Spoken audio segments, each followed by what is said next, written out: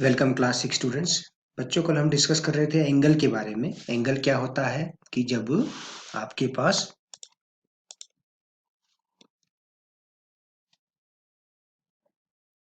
दो किरणें होती हैं, टू रेज होती हैं। An angle is made up of two rays starting from a common end point. तो यहाँ पर देखिए रे ओ ए और रे ओ बी, ये दो रे हैं, इनके बीच में कॉमन पॉइंट ओ है।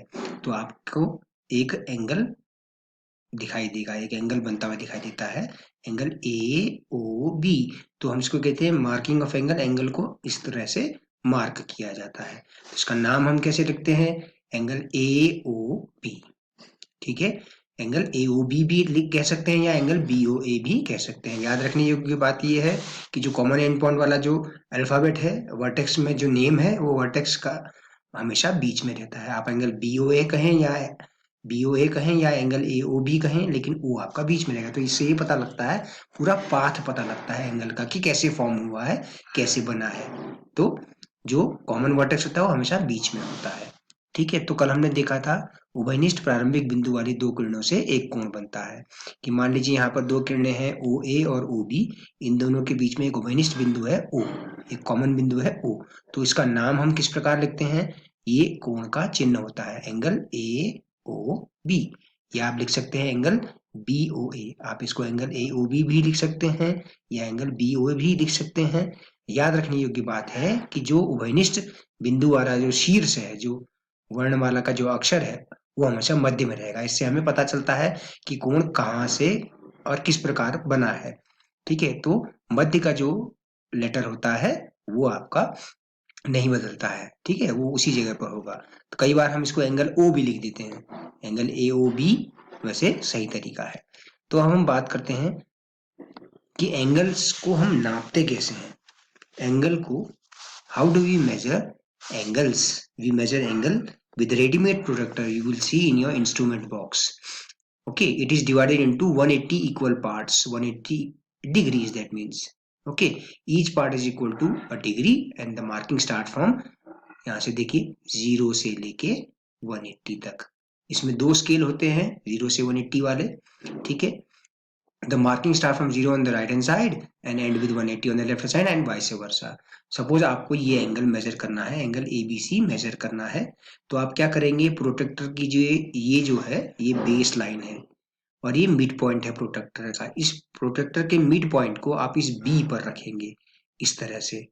ठीक है, ये एंगल है यहाँ पे और इस पर जो है ये जो सेंटर है, मिड पॉइंट है जो प्रोटेक्टर का, उसको यहाँ पर रखेंगे। और जो आपकी ये बेस लाइन जो होगी इस प्रोटेक्टर की, ये वाली जो लाइन है, ये जो लाइन है, ये बेस लाइन, इस बेस लाइन जो एंगल का बेस लाइन है उसको पूरा ढकना चाहिए।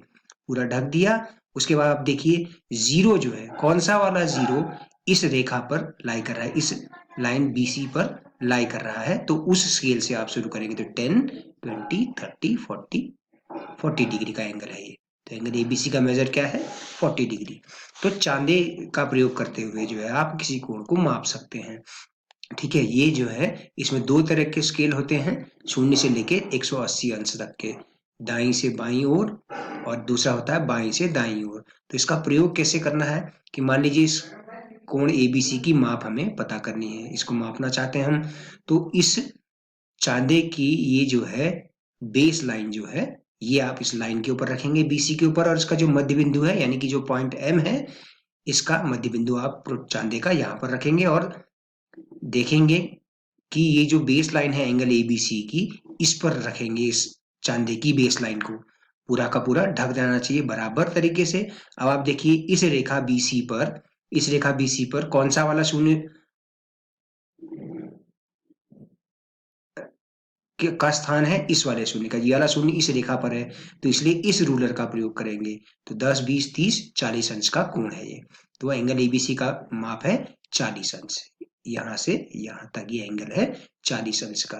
तो क्या चीज होती है? एक चीज ध्यान रखनी है कि आपको चांदे का मध्य बिंदु प्रोटेक्टर का सेंटर पॉइंट यहाँ पे रखना है उस एंड पॉइंट पे, और उसकी बेस लाइन प्रोटेक्टर भी उसमें कवर करनी चाहिए, पूरी की पूरी ढक जानी चाहिए। और जो शून्य या जो जीरो जो है, जो जीरो जो है चांदे का जीरो उस रेखा पर आ रहा है, इस आधार रेखा पर आ रहा है, उसी रूलर को लेकर चलेंगे आप। ठीक है, तो अब हम बात करें टाइप्स ऑफ एंगल्स की, कोणों के प्रकार के बारे में अगर हम बात करें तो एक्यूट एंगल पहला होता है एक्यूट एंगल।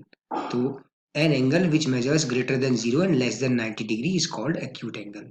तो वह कोण जिसकी माप 0 अंश से अधिक और 90 अंश से कम हो न्यून कोण कहलाता है। तो जैसे 45 अंश का कोण हो गया, ठीक है।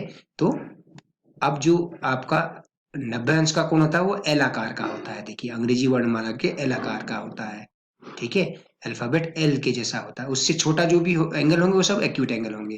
तो 0 से 90 के बीच में जितने भी एंगल है, अब जैसे इस चांदे में जो है, इस चांदे में अगर हम देखें, इस चांदे का सेंटर पॉइंट यहाँ पर रखा हमने इस कोण पर, तो हमने पाया कि इस कोण की माप है 55 डिग्री।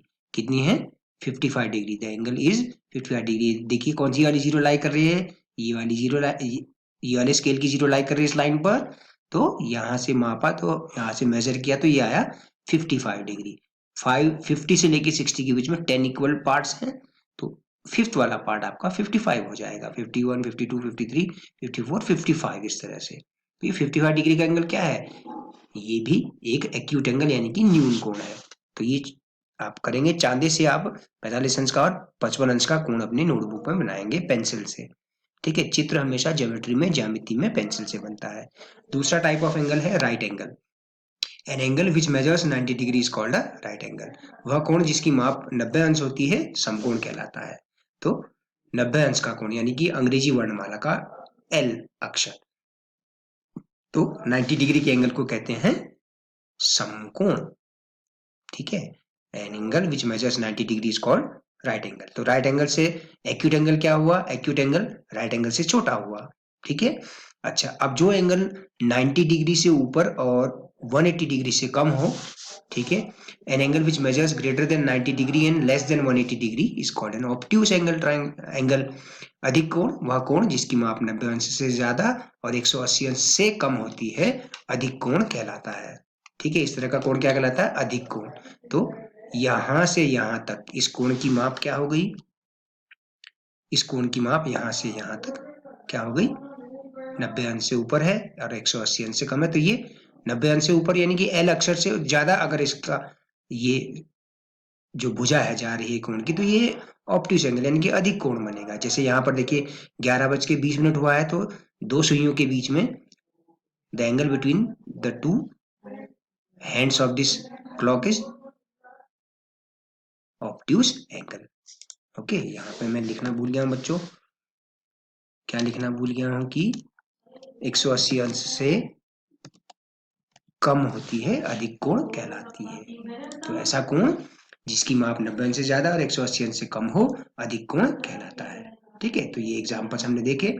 तो आप मान लीजिए आप 120 अंश का कोण बना दीजिए चांदे की सहायता से। ठीक है, next type of angle is straight angle. An angle which measures 180 degree is called a straight angle. ऐसा एंगल जिसका मेजरमेंट जो है 180 डिग्री होता है, स्ट्रेट एंगल कहलाता है। रिजु कोण हिंदी में कहते हैं, रिजु कोण वह कोण जिसकी माप 180 अंश होती है, रिजु कोण कहलाती है, यानी कि सीधी रेखा पर का कोण कहते हैं इसको। कई बार हम क्या कहते हैं? सीधी रेखा पर का कोण। तो यहाँ से ऐसे इस तरह से ड्रॉ कर लेते हैं। ठीक है, किस तरह से मैं दिखा देता हूँ आपको। जब आपको स्ट्रेट लाइन ड्रॉ करनी होगी, तो स्ट्रेट लाइन के बीच में एक सेंटर आ जाएगा और अब रिजु कोण को आप ऐसे दिखाएंगे, इस तरह से दिखा देंगे बच्चों, आप इस तरह से दिखा देते हैं। ठीक है ना, तो इसको कहते हैं स्ट्रेट एंगल। ठीक है, तो प्रोटेक्टर की बेस लाइन ही हो गई कुल मिला के। प्रोटेक्टर की बेस लाइन किसी भी जीरो से शुरू करी तो यहाँ पे आ जाएगा आपके पास। ठीक है ना, अच्छा, फिर अगला प्रकार जो है कोण का, the next type of angle is reflex angle. An angle whose measure is greater than 180 degree and less than 360 degree is called reflex angle. प्रतिवर्ती कोण वह कोण जिसकी माप 180 अंश से अधिक और 360 अंश से कम हो, प्रतिवर्ती कोण कहलाता है। तो ये 219 डिग्री का कोण हो गया। तो ये 219 डिग्री का कोण कैसे बनाया गया होगा कि पहले तो यहाँ पर से एक आभासी रेखा खींची, एक स्ट्रेट लाइन बना दिया यहाँ पर से। ठीक है, ये तो 180 हो गया यहाँ तक, यहाँ से यहाँ तक 180 हो गया। उसके बाद फिर दोबारा प्रोटेक्टर को उल्टा करके नीचे की ओर चलाते हैं तो देखते हैं कितना 180 अंश में उतना जोड़ दिया तो वो 219 अंश का हो गया। एक तरीका तो ये है। दूसरा तरीका क्या है इस एंगल को बनाने का, ये जो एंगल है ये रिफ्लेक्स एंगल है, 360 में से घटा दीजिए 219 को, तो जो आया वो इस एंगल की माप उल्टी दिशा में बना दीजिए, तो इसको छोड़ के बाकी ये वाला एंगल प्रतिवर्ती को कोण हो जाएगा, रिफ्लेक्स एंगल हो जाएगा।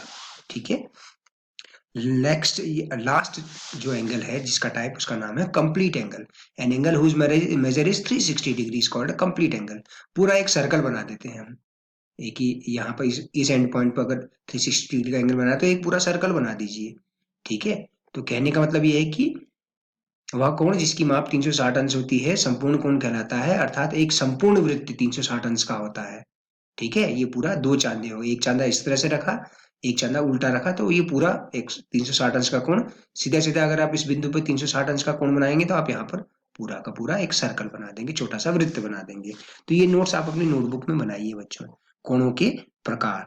ठीक है, एक बार मैं फिर से दोहरा देता हूँ। एक्यूट एंगल जिसकी मेजर 0 से ज्यादा और 90 से कम होती है। न्यून कोण जिसकी माप 0 से अधिक और 90 अंश से कम हो, न्यून कोण।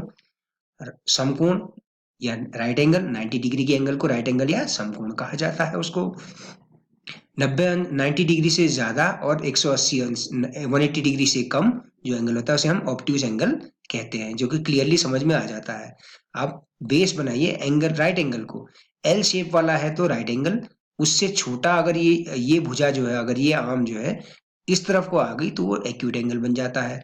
अगर 90 डिग्री से ऊपर की तरफ को आ गया तो ये ऑब्ट्यूज एंगल, अगर ये स्ट्रेट में आ जाए तो वो स्ट्रेट एंगल हो जाता है, इस तरह से। ठीक है, रिफ्लेक्स एंगल 180 डिग्री और 360 के बीच में होता है। ये जो रेड इंक से बनाया है वो 219 डिग्री का एंगल बना रखा है हमने यहाँ पे। ठीक है ना, इस तरह से करना है। संपूर्ण कोण या कंप्लीट एंगल जिसकी मेजर 360 डिग्री होती है उसको एक सर्कल बना देते हैं उस एंड पॉइंट पे, जिस एंड पॉइंट पे सर्कल बना एंगल दिखाना हो कंप्लीट एंगल तो एक सर्कल बना देते हैं। ठीक है, तो ये आपका समरी है। राइट एंगल 90 डिग्री हो गया, अगर ये वाली आर्म जो है इस तरफ आ गई तो 90 डिग्री से कम है तो एक्यूट एंगल, 0 से ज्यादा 90 से कम। अच्छा, ये यहाँ पर ये ऑब्ट्यूज एंगल है, देखिए ये आर्म यहाँ खींच दी, यहाँ 90 अंश था तो यहाँ खींच दी, तो ये ऑब्ट्यूज एंगल, और ये स्ट्रेट एंगल हो गया। स्ट्रेट एंगल को ऐसे दिखाते हैं। ठीक है, एक अर्धवृत्त बना देते हैं, यहाँ पर ये बिंदु डाल देते हैं यहाँ पे। ठीक है, ये है। अब ट्राइंगल्स की बात करें बच्चों, ट्राइंगल क्या होता है? और triangle is a 3-sided polygon. The 3 sides of a triangle, if I say 3 lines are there and closed one, तो smallest polygon जो है, polygon क्या होता है याद करिए, a simple closed curve made up of lines, made up of line segments। तो ABC एक लाइन सेगमेंट है यहाँ पे आपका, line segment A B, line segment B C, line segment C A, एक क्लोज्ड बन गया पॉलीगन। तो स्मॉलेस्ट पॉलीगन क्या होता है? ट्राइंगल। तो ए बी, इसकी साइड्स क्या हो जाएंगी? ए बी, बी सी और सी ए। इसके 3 एंगल्स क्या होंगे? एंगल्स के नाम बताइए इस ट्राइंगल के। इस एंगल का नाम अगर हम बोलें तो क्या होगा? एंगल बी ए सी। अब इस एंगल का नाम बोलना है, इस एंगल बी का नाम बोलना है तो कैसे बोले लिखेंगे? Angle A B C. इस एंगल का नाम लिखना तो आप क्या कहेंगे? Angle B C A. तो बी ए सी, बी सी और ए बी सी इसके 3 एंगल हो गए, और ए बी सी इसके 3 वर्टिसेस होते हैं। ठीक है, क्या कहने का मतलब है? त्रिभुज एक 3 भुजाओं वाला बहुभुज होता है बच्चों। वास्तव में यह सबसे कम भुजाओं वाला बहुभुज है। संलग्न आकृति 4.21 में दिए त्रिभुज को देखिए। हम त्रिभुज एबीसी के लिए सांकेतिक रूप से सिंबल जो होता है ऐसे छोटा सा ट्राइंगल होता है, छोटा सा ट्राइंगल बना देते हैं। ट्राइंगल एबीसी, त्रिभुज एबीसी लिखते हैं। त्रिभुज एबीसी में कितनी भुजाएं हैं? 3 भुजाएं हैं। कितने कोण हैं? 3 कोण हैं। भुजाओं के नाम किस प्रकार लिखेंगे? ए बी, बी सी और सी ए। आप चाहे तो बी ए, सी बी या ए सी भी कह सकते हैं। इसके 3 कोण हैं। इस कोण का नाम अगर आप कहेंगे, जैसा अभी हमने सीखा, कोण बी ए सी। क्या होता है? कोण बी ए सी। और ये क्या है? कोण ए बी सी। आप इसको ए बी सी कोण, इस कोण का नाम, जहां ये कर्सर चल रहा है, छोटा सर्कल चल रहा है, इस कोण का नाम आप ए बी सी भी कह सकते हैं या सी बी ए भी कह सकते हैं, है ना। इस कोण का नाम एंगल ए सी बी, या एंगल बी सी ए भी कह सकते हैं, जैसे यहाँ कहा है बी ए सी, तो ये वाला कोण यहाँ से यहाँ तक